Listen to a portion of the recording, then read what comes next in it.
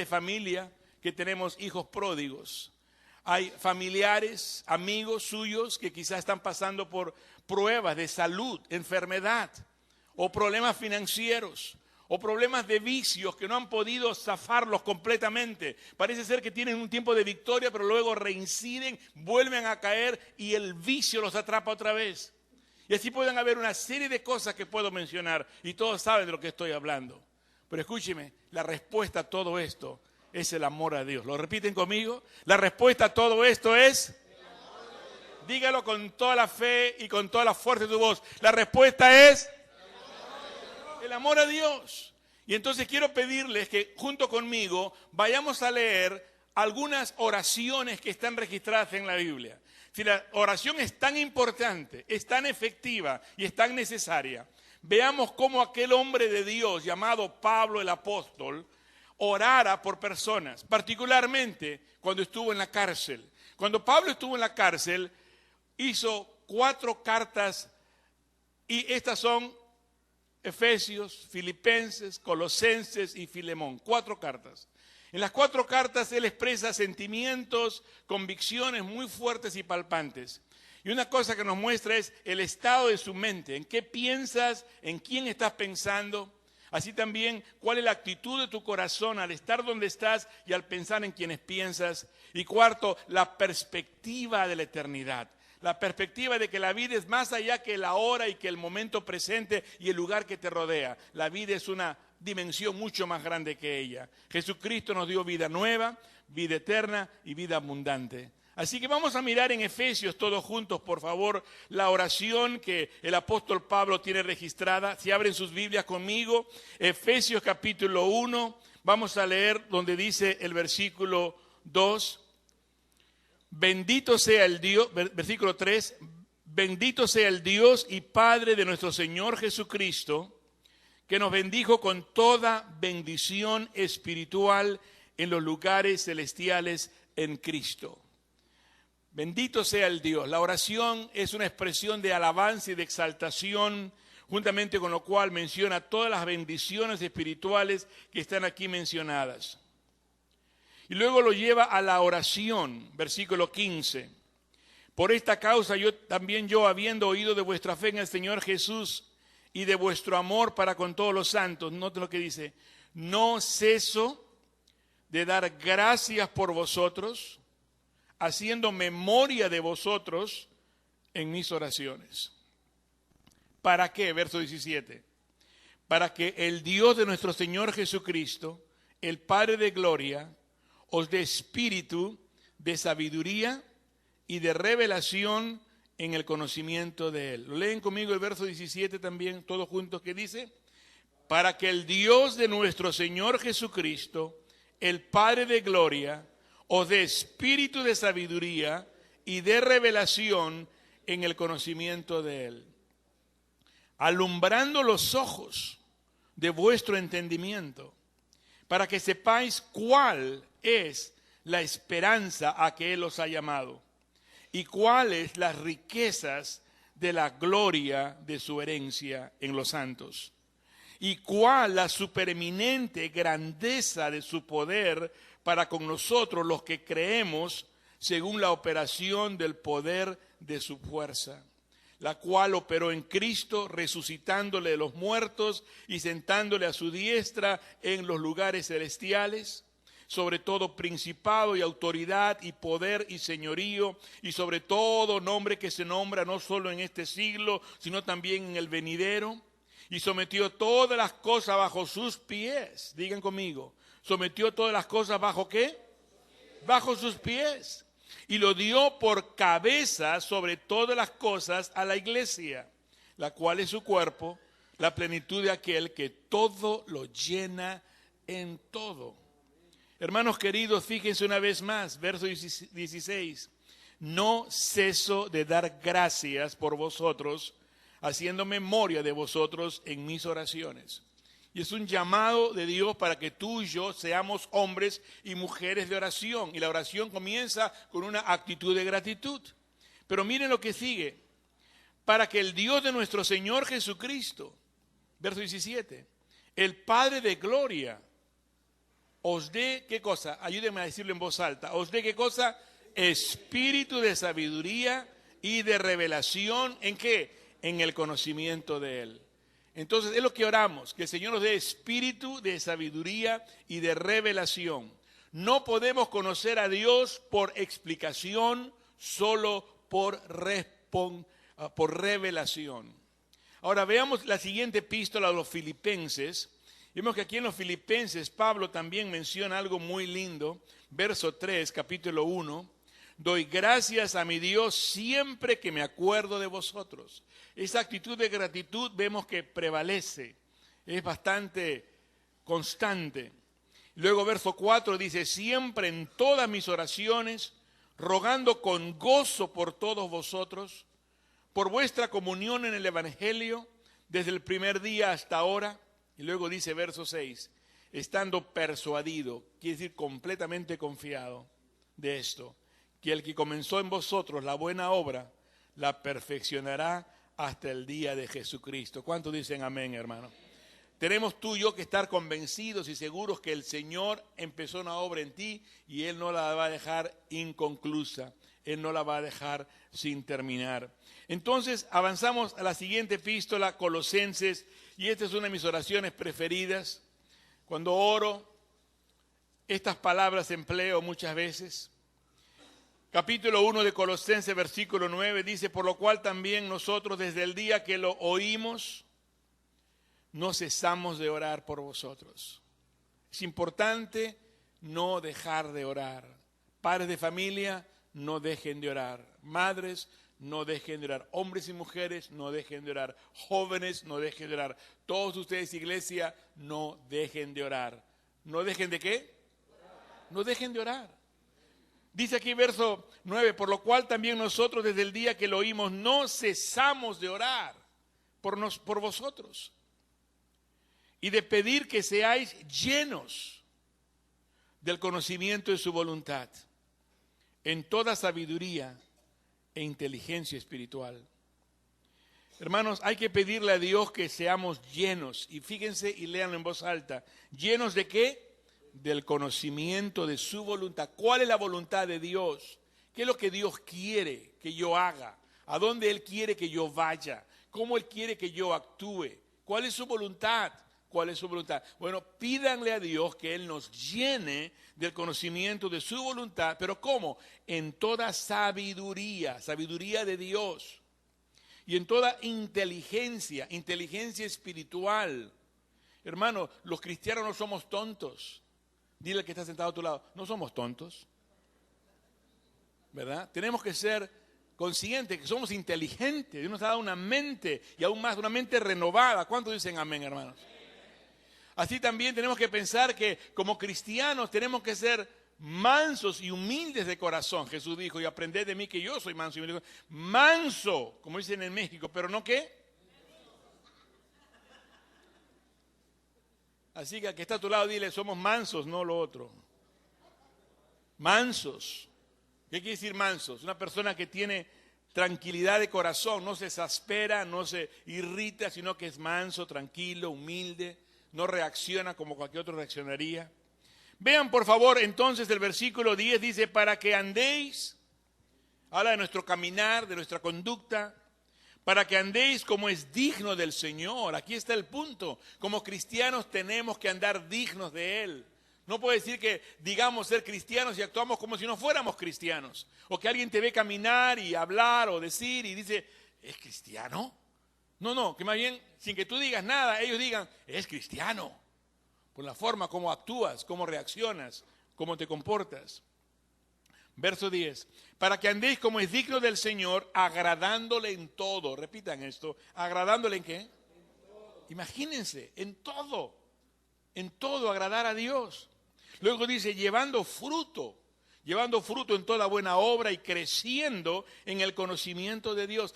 Conocemos a Dios, pero aún debemos de conocerlo más, y aún más y más, por medio de la revelación del Espíritu Santo, andando digno delante de Él, agradándole en todo. Versículo 11, fortalecidos con todo poder. ¿Cuántos quieren ser fuertes, hermano? Pero fuerte de verdad, no fuerte de olor, cuando no se han dado lugar a hacer higiene.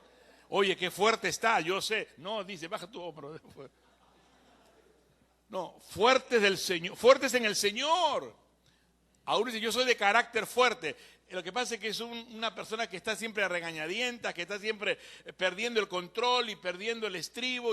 No, hay que ser fuerte en el Señor. Mira lo que dice aquí, fortalecidos con todo poder, conforme a la potencia de su gloria, para toda paciencia y longanimidad. Una persona fuerte, una persona con templanza, una persona con longanimidad, con paciencia, que soporta, que espera, que tolera, que entiende y comprende que nadie es perfecto, empezando con uno mismo. Pero que tú le das lugar a la persona a que cometa su error y a que lo vea por sí mismo de que en efecto esta persona no lo sabe todo. Que no haya conflicto, que no haya esta situación que se vuelva tan tensa en las personas. Miren lo que sigue diciendo.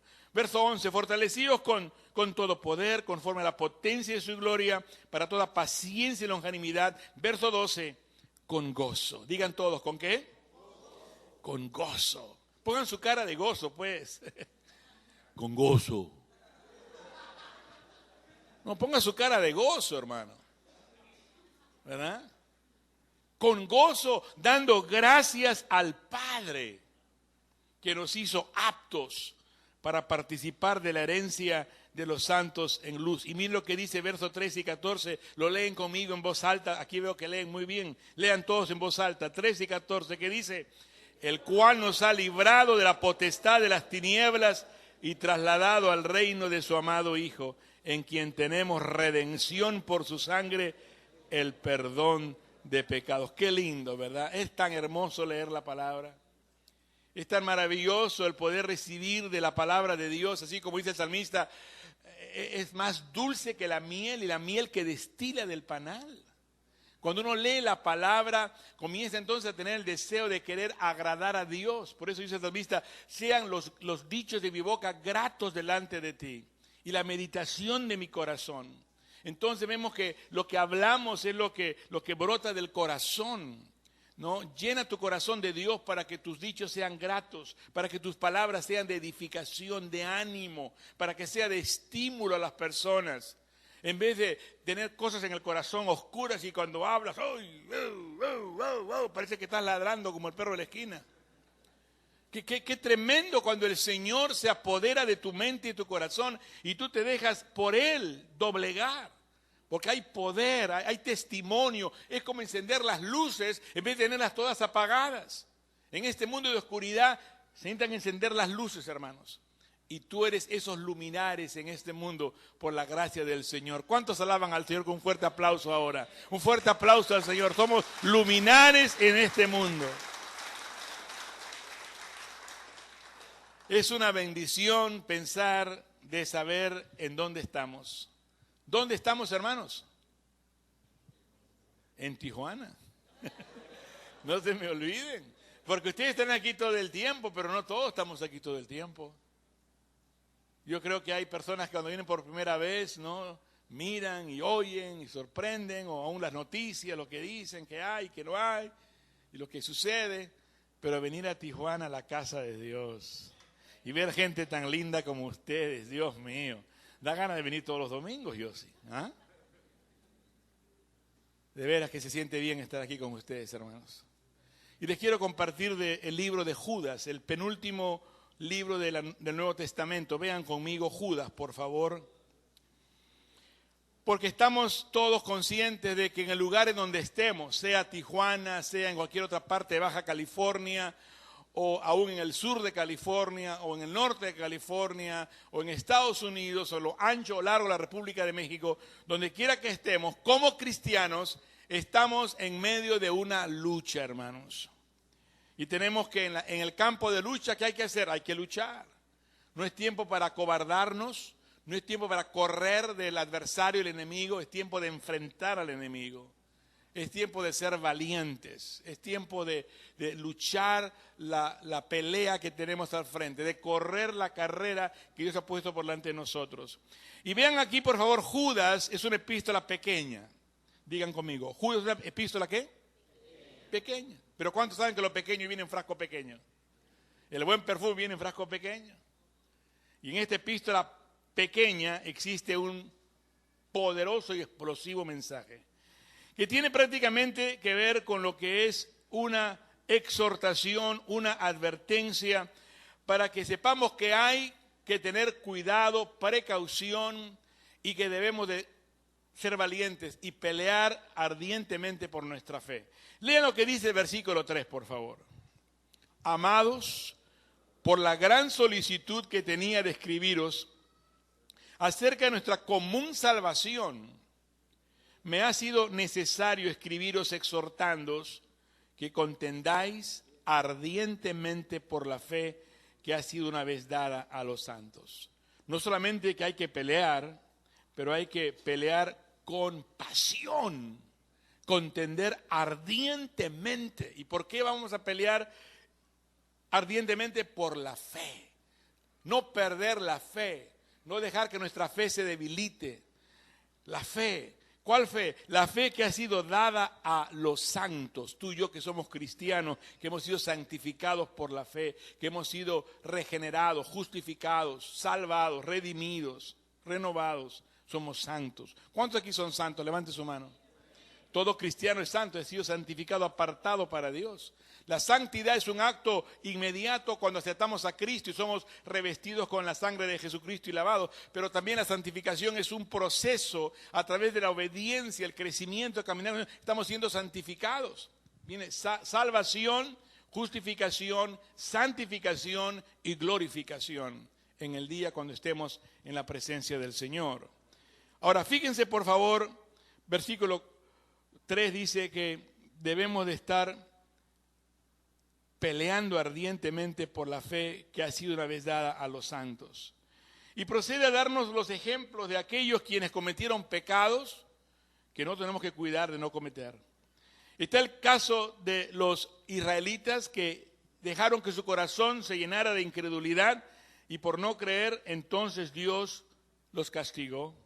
Están los ángeles que no guardaron su dignidad, sino que se abandonaron de su propia morada y entonces Dios les tiene guardado bajo oscuridad en prisiones eternas para el juicio del gran día. Verso 7, como Sodoma y Gomorra, ¿se acuerdan?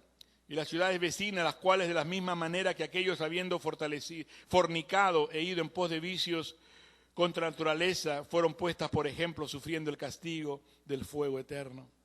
También se habla acerca de los soñadores que mancillan la carne, aquellos que rechazan la autoridad, aquellos que blasfeman de las potestades superiores. Y todas estas cosas son ejemplos de lo que no debemos de seguir, no debemos de hacer. Luego versículo 11 dice, ¡ay de ellos! Lean conmigo el verso 11, ¿qué dice? Oh, ese ay no asusta a nadie. ¡Ay de ellos! No, ¡ay de ellos! Léanlo todos, miren los signos de admiración allí. ¿Qué es lo que dice? Así es más bien. ¡Ay de ellos! Es cuando algo sucede que te mueve de adentro. ¡Ay de ellos! Eres consciente, estás viendo, estás palpando, estás sintiendo lo que sucediera antes y que se nos advierte que cuidado que te vaya a suceder a ti. ¡Ay de ellos! Verso 11. ¿Por qué? Porque han seguido el camino de Caín. ¿Cuántos se acuerdan de Caín? El hermano de Abel, del cual, dejando su corazón lleno de amargura, mató a su hermano Caín por envidia y por codicia. Cuidado con el camino de Caín. Luego dice, y se lanzaron por lucro en el error de Balaam. Balaam fue un profeta que por la codicia se vendió ante un rey que quería que este profeta maldijera al pueblo de Dios, pero no lo logró hacer, porque no podía. Dios quiere bendecir a su pueblo. ¿Cuántos lo creen? ¿Cuántos dicen amén a ello? Y Balaam quería ir y hacía un altar y para que Dios... No, Dios bendecía al pueblo. Pero entonces en su mente maquinó el decirle a este rey, mira, Dios no va a maldecirlo porque Dios ha escogido bendecirlos, pero hay una manera de hacer para que el pueblo de Israel, ellos mismos se traigan condenación. Pero es esto, mira, trae a las mujeres y que ellas vengan y seduzcan a los hombres. Y una vez que los seduzcan, los introduzcan a la adoración de ídolos y de sacrificios. Y cuando entonces los israelitas hagan eso, ellos solitos están echando la condenación, y entonces Dios va a caer con juicio sobre ellos. Un profeta de Dios dando ese consejo a los enemigos de Dios. ¡Qué terrible! Digan todos conmigo, ¿qué? ¡Qué terrible! El dinero que cambia a la gente por la codicia, por el pecado. Dice por eso aquí, cuidado con el error de Balaam, por el lucro, por el dinero, por la ganancia.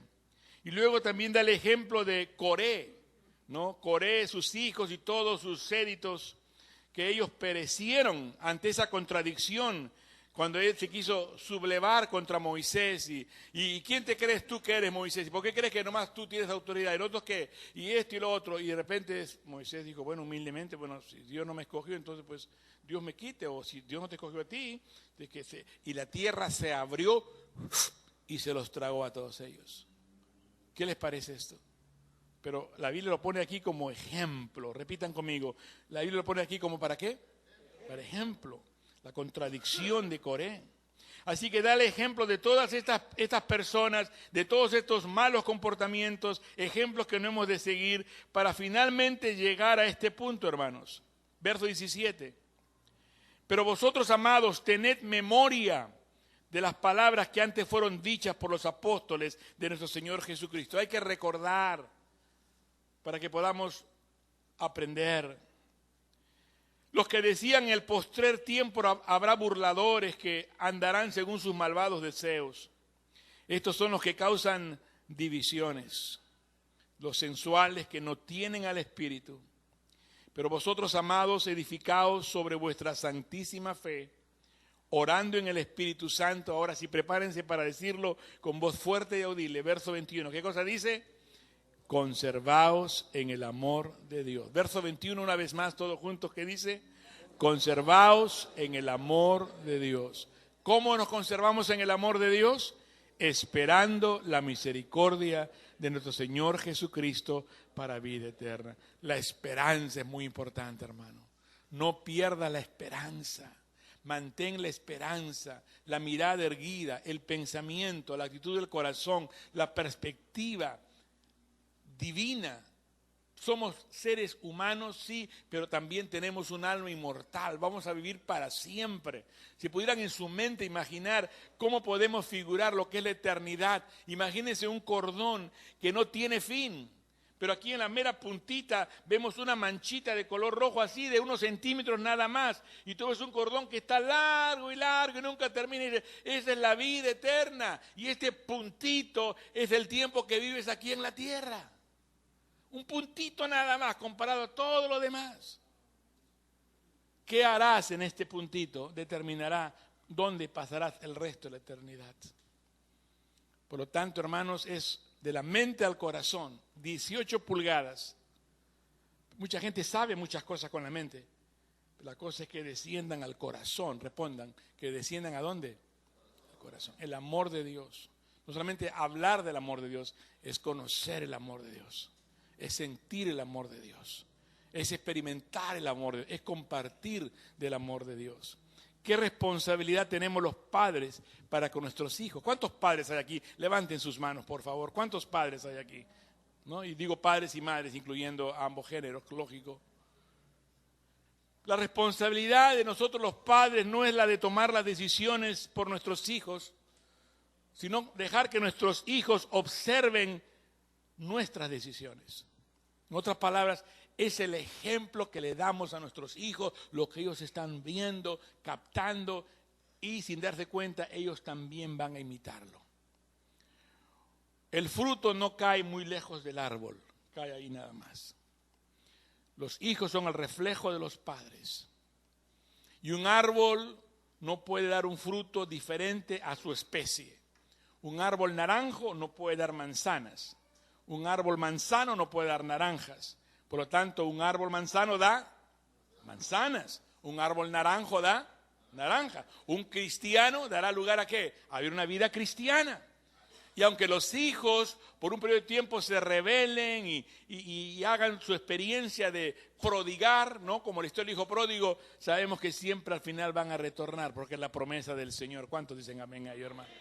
Entonces, no perdamos la fe, no perdamos la esperanza, conservaos en el amor de Dios. Verso 20 dice, pero vosotros, amados, edificaos sobre vuestra santísima fe. Hay que edificarnos en la fe. Hoy estamos aquí escuchando la palabra de Dios, eso edifica nuestra fe. ¿Qué más escuchan ustedes en la semana? ¿Qué escuchan en la radio? ¿Qué miran en la televisión? ¿Qué conversaciones hacen allí con los compañeros del trabajo o en la calle o ahí en los tacos? ¿De qué hablan? Hermanos, edificaos sobre vuestra santísima fe. La fe viene por oír la palabra de Dios. Dice, orando en el Espíritu Santo. O sea, pónganse a pensar, orar en el Espíritu, estar orando todo el tiempo conectado con Dios. Conectado con Dios. Conectado con Dios. Y dejando que el Señor te hable. Tú estás mirando, el Señor te está hablando. Tú estás hablando, el Señor te está hablando, el Espíritu Santo, conectado con Él. No es que tú te desconectas, tú estás conectado con Él. O estás desconectado, estás conectado. ¿Cuántos quieren estar conectados con el Señor, hermano?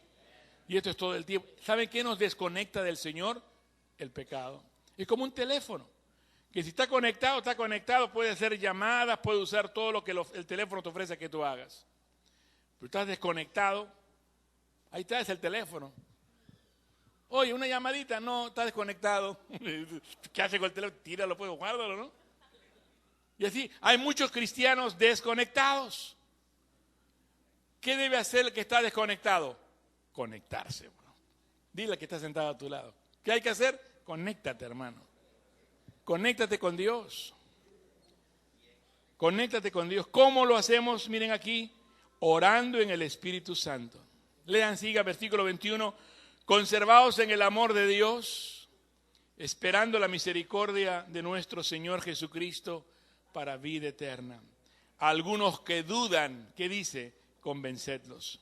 A otros, salvad, arrebatándolos del fuego, y de otros dice, tened misericordia con temor, aborreciendo aún la ropa contaminada por su carne.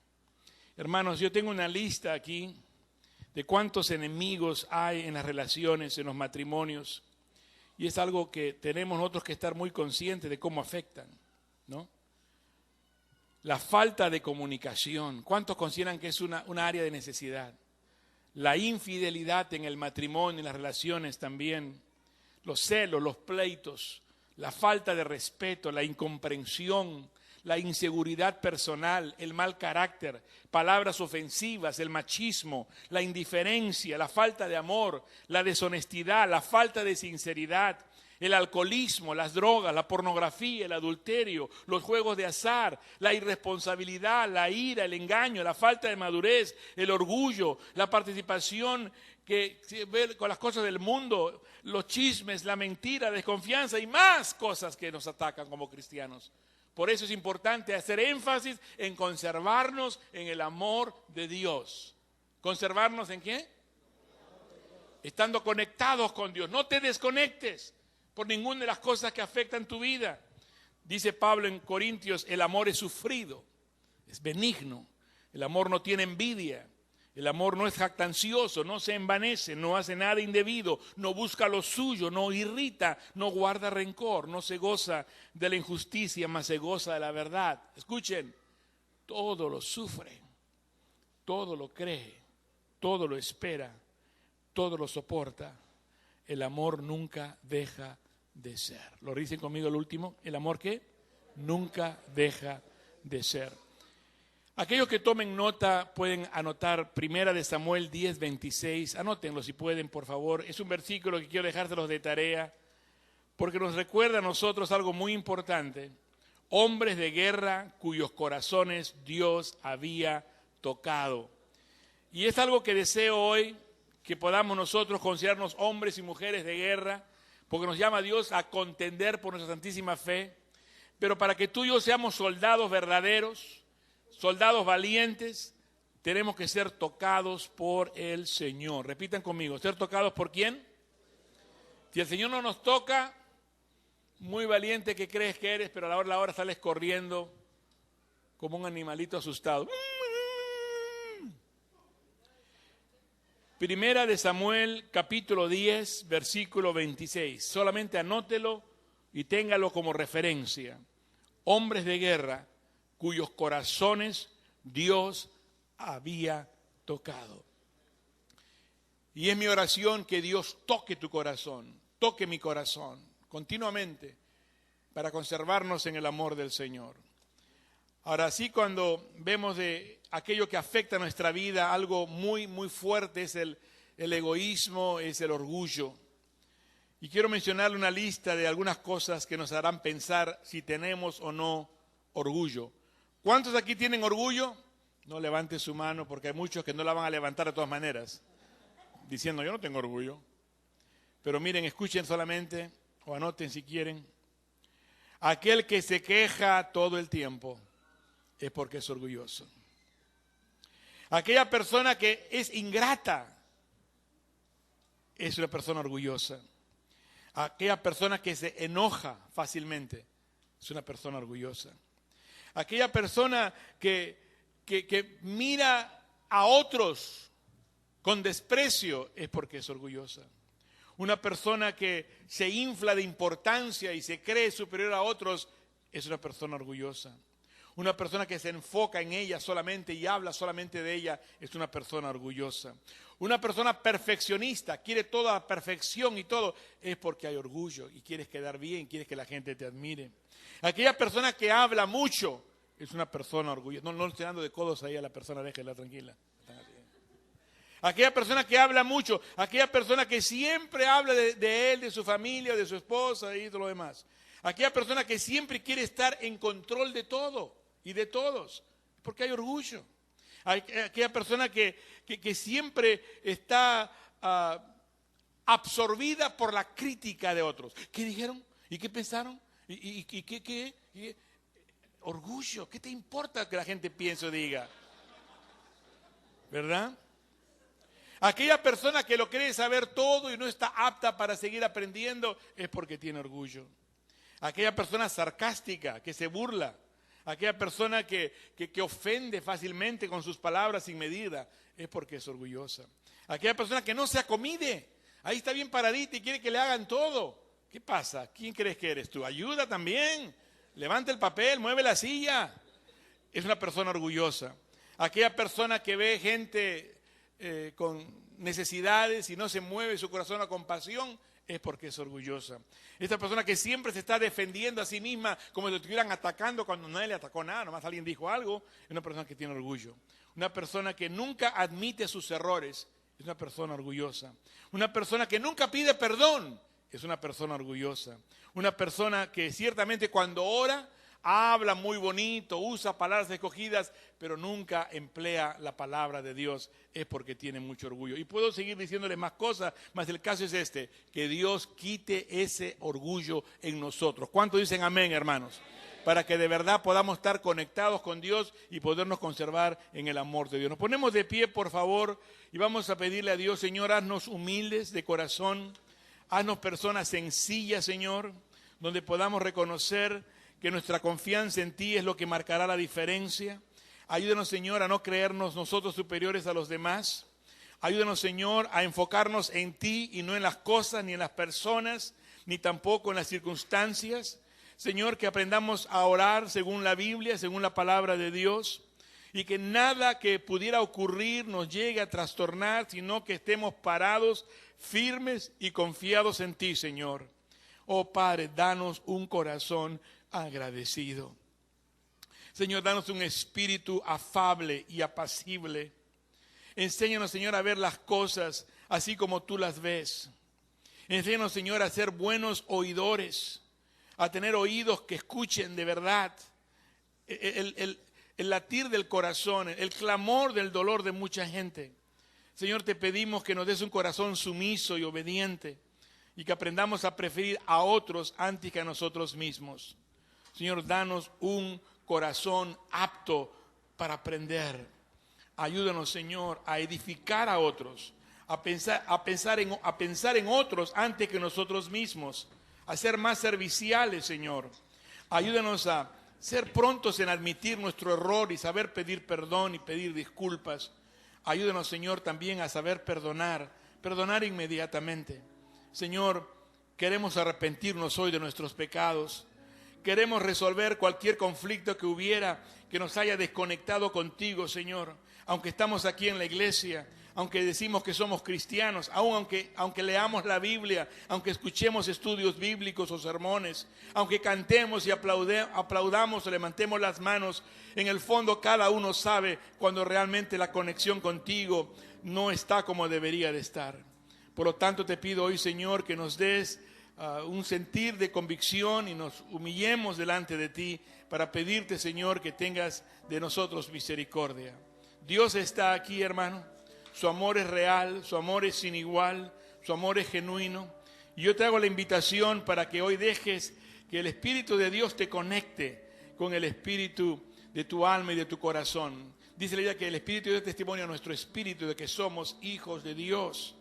Es importante como hijos sepamos conservarnos en el amor de Dios, pelear la buena batalla de la fe, correr la carrera que tenemos por delante y ser personas que luchamos por mantener la santísima fe del Señor, no dejarnos infiltrar por enemigos y por influencias de afuera o negativas. En el nombre